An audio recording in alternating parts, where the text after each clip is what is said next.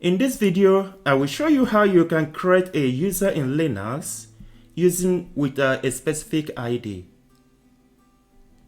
To do that, you use the command sudo useradd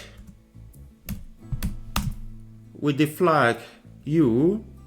Let's give this person the ID of 1199.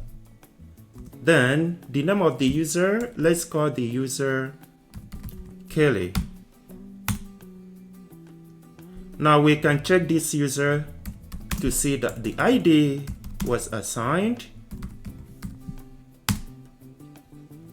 Now you can see that Kelly has been assigned this ID of 1999. I hope this has been helpful. Please can I ask you to subscribe to my channel and watch the next video for other tutorials. Thank you.